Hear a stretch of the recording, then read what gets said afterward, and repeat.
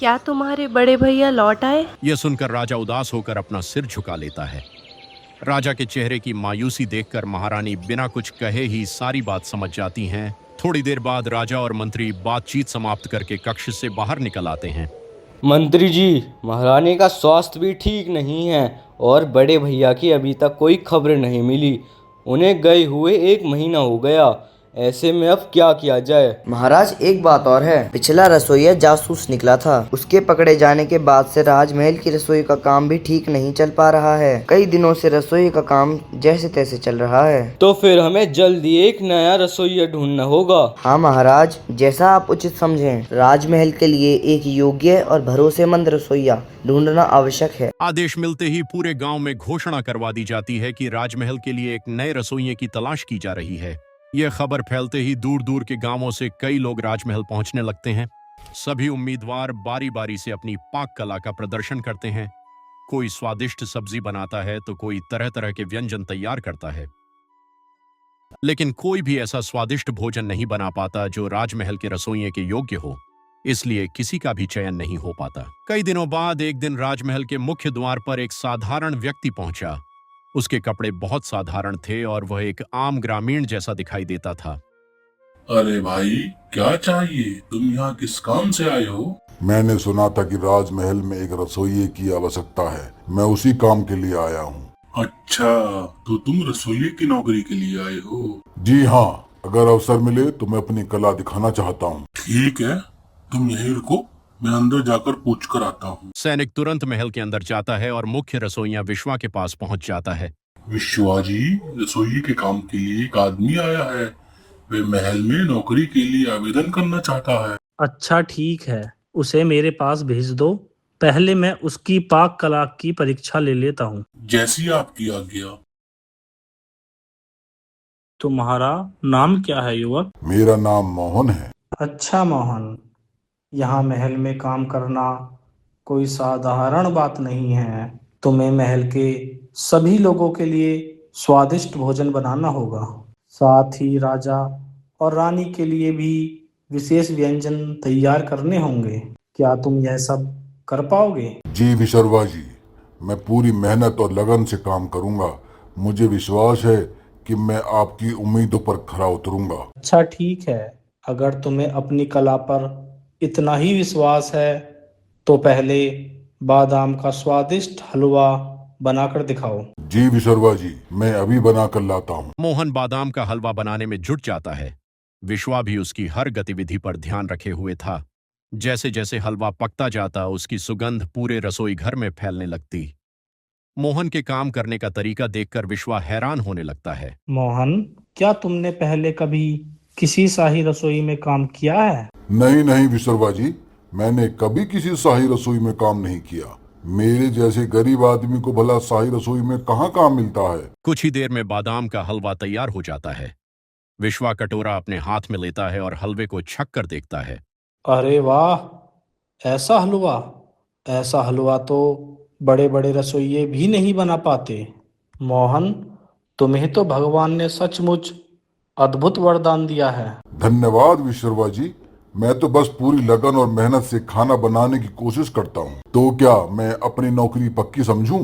बेटा, मेरी तरफ से तो हाँ है। तुम्हारा खाना सचमुच बहुत स्वादिष्ट है, लेकिन राजमहल के नियमों के अनुसार पहले तुम्हें मंत्री जी से मिलना होगा। वे तुमसे कुछ पूछताछ करेंगे। तुम कहाँ से आए हो, पहले क्या करते थे और ऐसी कुछ बातें। इसमें तो कोई समस्या नहीं है विशर्वा जी। मैं कोई चोर उचक्का थोड़े ही हूँ जो मुझे पूछताछ से डर लगे। मंत्री जी, यह नया रसोइया है। इसका नाम मोहन है। यह बहुत स्वादिष्ट भोजन बनाता है। मैंने इसकी परीक्षा ली है और यह उसमें सफल रहा है। इसलिए मैं इसे ही महल का नया रसोइया रखने की सोच रहा हूँ। अच्छा ठीक है, लेकिन उससे पहले तुम्हारी जांच पड़ताल करनी होगी। जैसी आपकी इच्छा मंत्री जी। मंत्री जी का आदेश मिलते ही सैनिक मोहन की तलाशी लेने लगते हैं।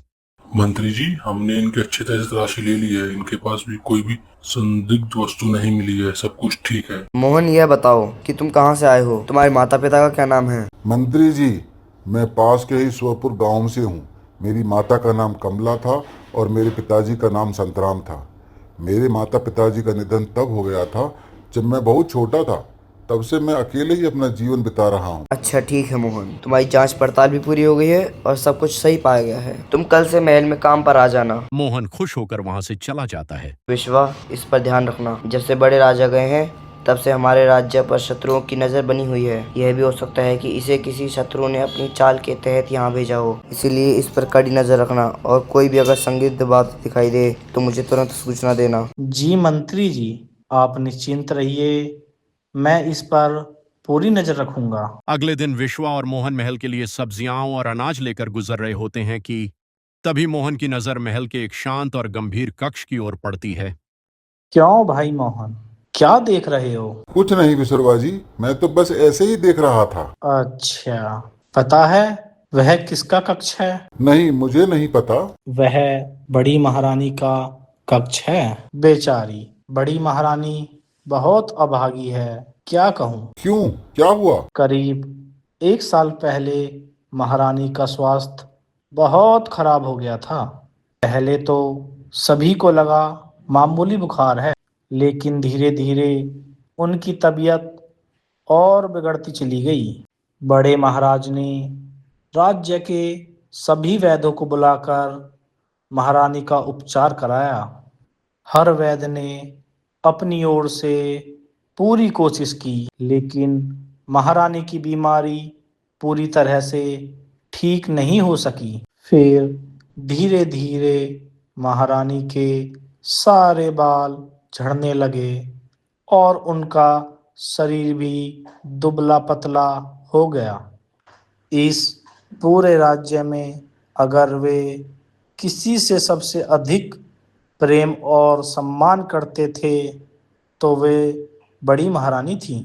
बड़े महाराज दिन भर महारानी के पास बैठे रहते थे और उनसे बातें करते रहते थे, जैसे उन्हें कुछ हुआ ही ना हो। वे हमेशा महारानी का हौसला बढ़ाते थे, जबकि महल के अधिकांश लोग उनके ठीक होने की आशा छोड़ चुके थे। लेकिन एक दिन दूसरे राज्य के प्रसिद्ध राजवैद्य महारानी को देखने आए। महाराज, देखिए, मैं आपसे कोई झूठ नहीं बोलूंगा। मैं आपको केवल सत्य ही बताऊंगा।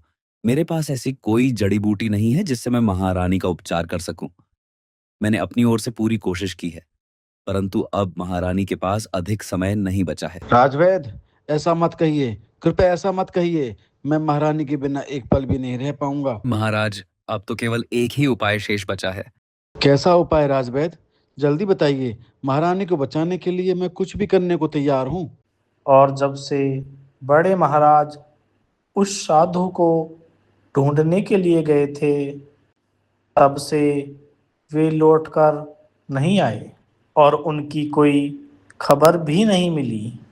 तभी से बड़ी महारानी का स्वास्थ्य भी और बिगड़ता जा रहा है। बड़े महाराज के जाने की चिंता और दुख उन्हें अंदर ही अंदर कमजोर करता जा रहा है। पता नहीं किसकी बुरी दृष्टि हमारे इस राज्य पर पड़ गई। और फिर दोनों आगे बढ़ जाते हैं और महल की रसोई की ओर चल देते हैं। अगली सुबह होते ही पूरे राज्य में एकदम से हर्ष और उल्लास का माहौल फैल जाता है। चारों ओर खुशी की लहर दौड़ पड़ती है। अरे मोहन, लो मिठाई खाओ। किस खुशी में आज मिठाई बांटी जा रही है विसरवा जी? अरे तुम्हें नहीं पता, आज बड़ी महारानी एकदम स्वस्थ हो गई। पूरे महल में इसी खुशी की मिठाई बांटी जा रही है। सच? ये तो बहुत अच्छी खबर है। हाँ मोहन, लगता है बड़े महाराज उन्हीं साधु मुनि तक पहुंच गए। यह सब उन्हीं के चमत्कार का परिणाम प्रतीत होता है। तभी तो महारानी अचानक पूरी तरह स्वस्थ हो गई। कुछ महीने यूं ही बीत जाते हैं लेकिन उसके बाद भी बड़े महाराज की कोई खबर नहीं आती। विश्वा जी, क्या वह लड़का मोहन अपना काम ठीक से कर रहा है? जी मंत्री जी, वह अपना काम सही ढंग से कर रहा है। उसके काम से किसी को कोई शिकायत नहीं है।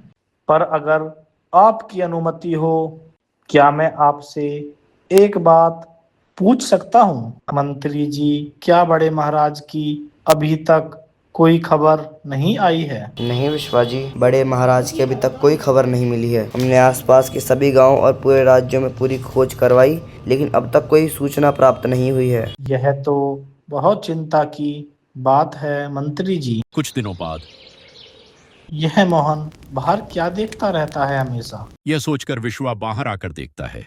तभी विश्वा की नजर बड़ी महारानी सावित्री पर पड़ती है। वे अपने कक्ष के बाहर खड़ी थीं और मुस्कुराते हुए मोहन की ओर देख रही थीं। महारानी इसे इस तरह क्यों देख रही हैं? यह सब देखकर विश्वा चुपचाप वापस अंदर आ जाता है।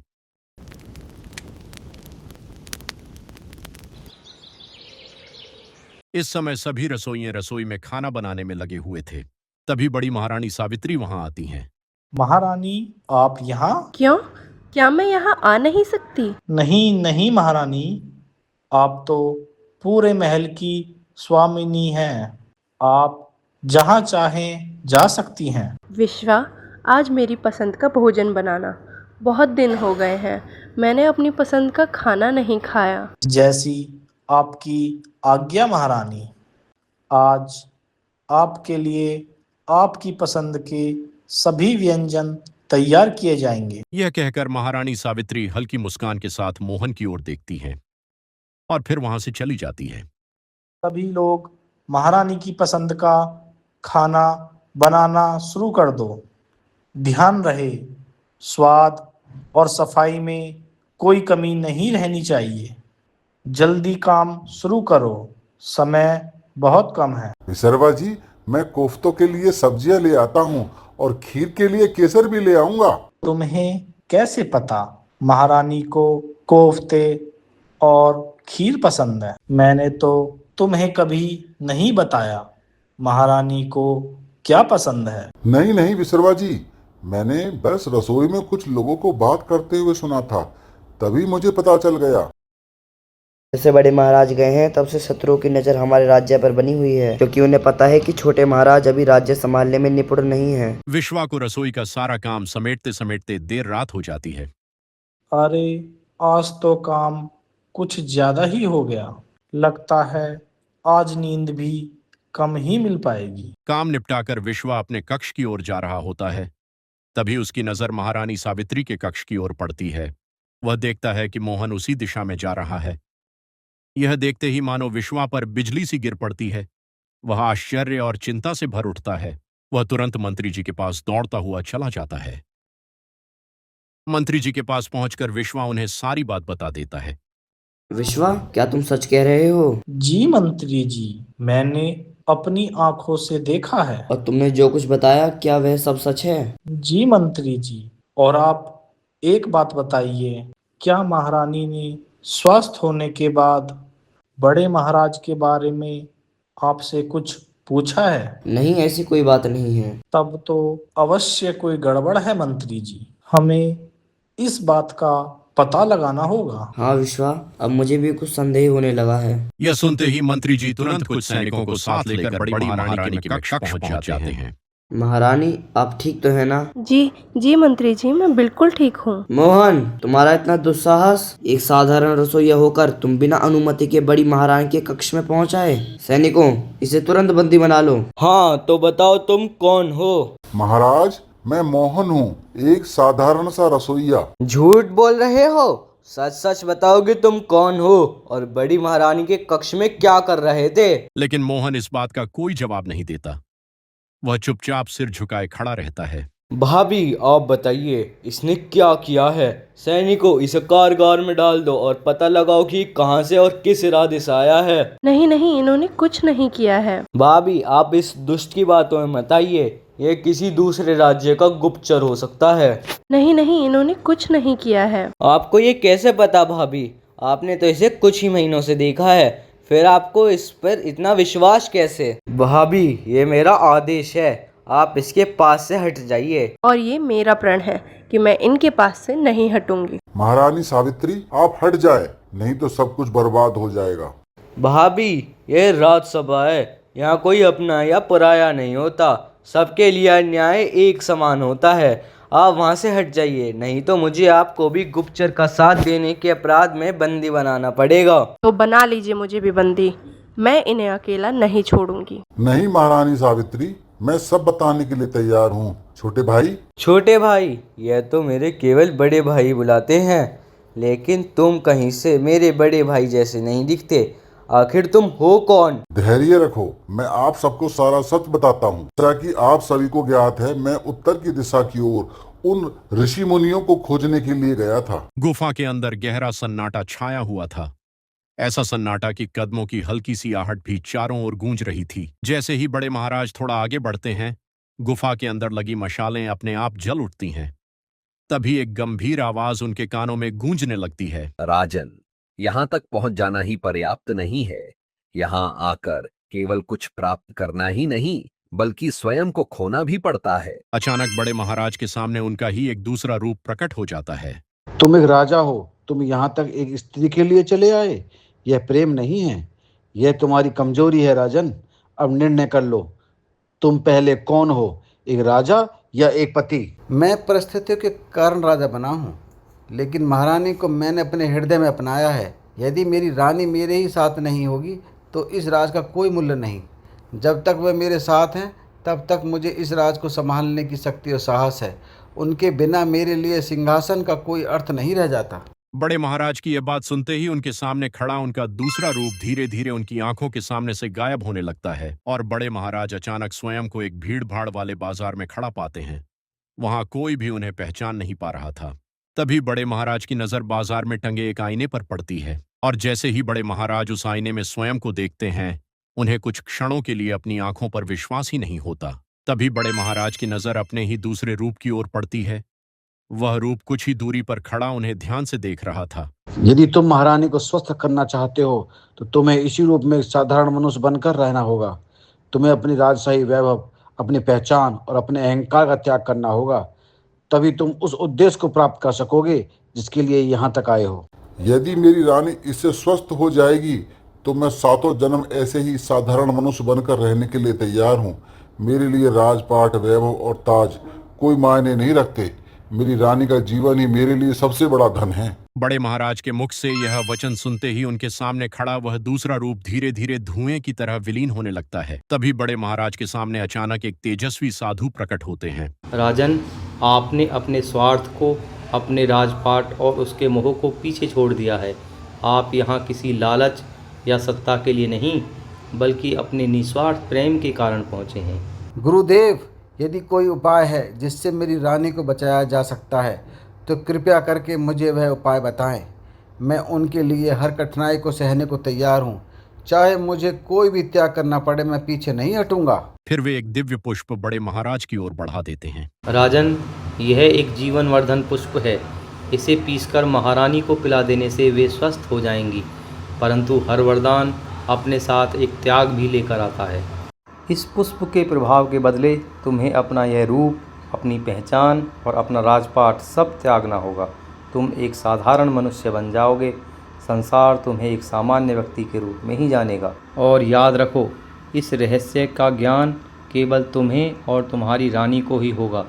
यदि यह बात किसी तीसरे व्यक्ति को पता चल गई तो इस वरदान का प्रभाव समाप्त हो जाएगा और सब कुछ नष्ट हो जाएगा। गुरुदेव, अगर महारानी को बचाने का यही एकमात्र उपाय है तो मुझे यह स्वीकार है। और यह भी स्मरण रहे राजन, इस पुष्प का रस केवल तुम्हारे ही हाथों से महारानी को पिलाया जाना चाहिए, क्योंकि विवाह के पश्चात पति और पत्नी एक दूसरे के अर्धांग होते हैं। उनके बीच का प्रेम, विश्वास और समर्पण ही इस वरदान को पूर्ण करेगा। और फिर मैं अपना सब कुछ त्याग कर मोहन बन गया। मैंने अपने ही हाथों से उस दिव्य पुष्प का रस महारानी को पिलाया। तभी से महारानी पूरी तरह स्वस्थ हो गई। यह रहस्य केवल मुझे और महारानी सावित्री को ही ज्ञात है। महारानी सावित्री वहीं बेहोश होकर गिर पड़ती हैं। राजा, मंत्री, विश्वा और सभी सैनिक घबरा उठते हैं। महारानी, महारानी सावित्री उठिए, क्या हुआ आपको? नहीं, ये कैसे हो सकता है? आपके ऊपर से ये वरदान टूट रहा है। मुझे फिर से जाना होगा, नहीं तो मैं महारानी को बचा नहीं पाऊंगा। और इतने में बड़े महाराज तुरंत राजमहल से बाहर निकल जाते हैं। मंत्री और छोटे महाराज भी उनके पीछे पीछे बाहर निकल जाते हैं। भैया रुक जाइए, मैं भी आपके साथ चलता हूँ। अब मैं अकेला नहीं रह सकता। जो भी हो रहा है उसका सच मुझे ही जानना है। नहीं छोटे, अब तुम्हें ही ये सब संभालना है। मैंने अपना सब कुछ त्याग दिया है। मंत्री जी, आप इस राज्य का ध्यान रखना। अब मेरा यहाँ कोई अधिकार नहीं रहा है। और बड़े महाराज राशि मुनि की गुफा की ओर चल पड़ते हैं। कुछ ही देर में बड़े महाराज गुफा के अंदर पहुंच जाते हैं। गुरुदेव, मुझसे गलती हो गई। मैं चाहता तो रानी को स्वस्थ करने के बाद वहां से जा भी सकता था, पर मैं अपने प्रेम बस वहीं रुक गया। और जब मेरी पत्नी को बंदी बनाने की बात हुई तो मैं खुद को नहीं रोक पाया और मैंने अपना सारा सत्य बता दिया। कृपया मुझे दंड दीजिए, पर मेरी पत्नी रानी को ठीक कर दीजिए गुरुदेव। राजन, यदि तुम महारानी को सच में स्वस्थ करना चाहते हो तो इसका केवल एक ही उपाय है। तुम सबकी स्मृति से मिट जाओगे। तुम्हें कोई याद नहीं रखेगा, न तुम्हारा परिवार, न तुम्हारा राज्य और न ही तुम्हारी पत्नी। सभी तुम्हें भूल जाएंगे। तुम पूरी तरह लोगों की स्मृति से गायब हो जाओगे। और ध्यान रहे, यदि तुमने फिर से इस रहस्य को किसी को बताने की कोशिश की तो महारानी के जीवन को भी खतरा हो सकता है। गुरुदेव, अगर महारानी को बचाने का यही एकमात्र उपाय है तो मुझे यह स्वीकार है। मैं अपने नाम, अपनी पहचान, सब कुछ त्यागने के लिए तैयार हूँ। बस मेरी महारानी स्वस्थ हो जाए, यही मेरे जीवन का सबसे बड़ा उद्देश्य है।